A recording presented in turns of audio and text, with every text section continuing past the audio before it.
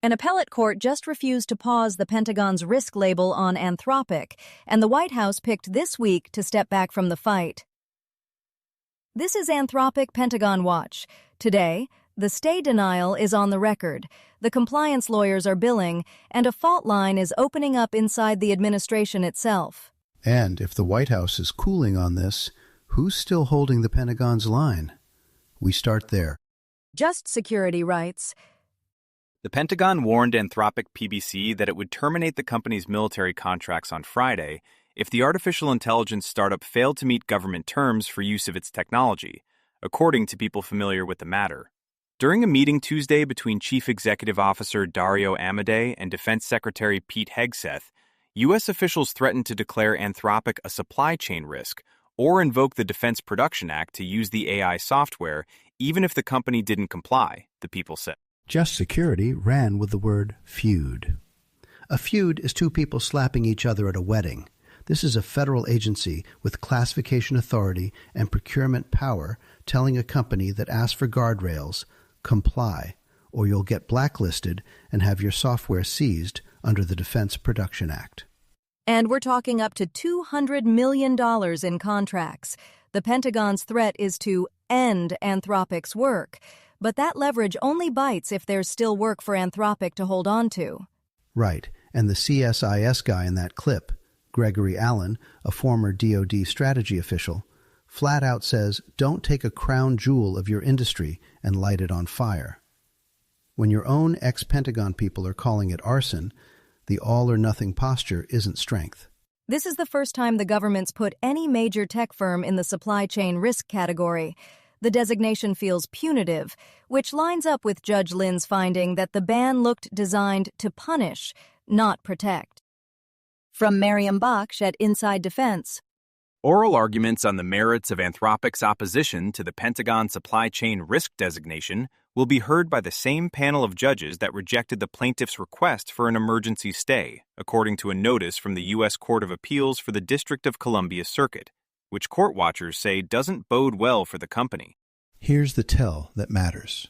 The merits get heard by Henderson, Katsas, and Rao, the exact same three judges who already told Anthropic no on the stay. Court watchers saw the calendar update and basically called it. Charlie Bullock's read was about as gentle as it gets. Not a great development for Anthropic. Translation: the panel they were quietly hoping to draw on the merits is the panel that already shut the door. Random draw fairy dust won't save you here. When the same panel keeps a case, you're asking the people who already doubted you to suddenly find your argument convincing. Good luck. It does narrow the appellate lifeline. If the merits go sideways too, the only thing left for Anthropic to lean on is the procedural question, whether the designation was even issued under the right statutory authority. That's a colder path. Gautam Y. Reddy, Gunjan R. Talati, and Jennifer L. Andrews, writing in Kilpatrick Townsend. On April 8th, a three-member panel of the D.C. Circuit denied Anthropic's emergency motion for a stay regarding the Department of War's designation of Anthropic as a supply chain risk under FASCSA, 41 U.S.C. Section 4713. However, the court granted Anthropic's request for expedited consideration, setting an aggressive briefing schedule and scheduling oral argument for May 19, 2026. Kilpatrick Townsend put it on the record. The D.C. Circuit denied Anthropic's emergency stay on the FASCSA designation. When a firm bills a client alert on it, you know the fight is live enough to invoice. We're talking appellate panel, Sarah. Not a district judge, not preliminary injunction land. 3 D.C. Circuit judges declined to halt the designation. That's the hardest legal signal Anthropic's gotten all spring, and it points the wrong way for them. But the same panel granted expedited review and set oral argument, so they're not slamming the door. They want it briefed fast. The tension Kilpatrick flags is real. A stay denial here, a preliminary injunction out in Northern California on a different statute. Right. FASCSA in D.C., Section 3252 in California. One side here has classification authority and the power to blacklist a vendor under 41 U.S.C. Section 4713. The other asked for guardrails and got cut out. That asymmetry is exactly what the stay denial cements. Here's Miranda Nazaro at The Hill. The White House and the Pentagon are taking significantly different approaches to how and whether the federal government uses Anthropic's artificial intelligence systems.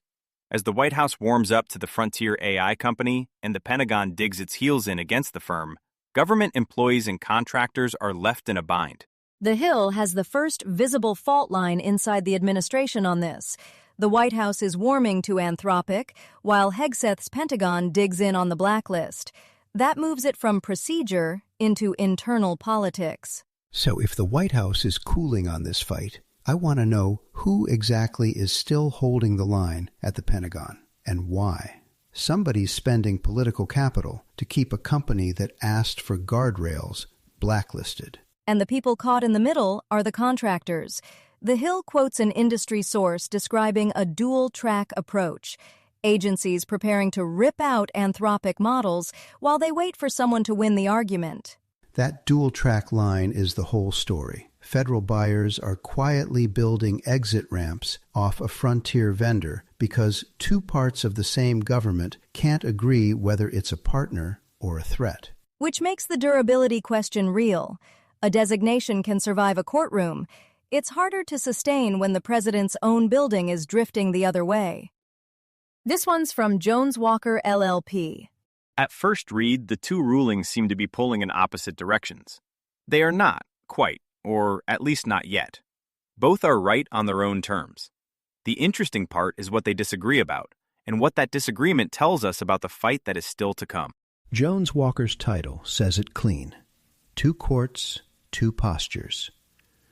That's the polite version of one party losing in D.C. and hoping the panel forgets Judge Lynn called the government's theory Orwellian 13 days earlier. And the timing matters. Lynn's Orwellian line lands. 13 days later, the D.C. Circuit looks at a parallel designation and isn't moved.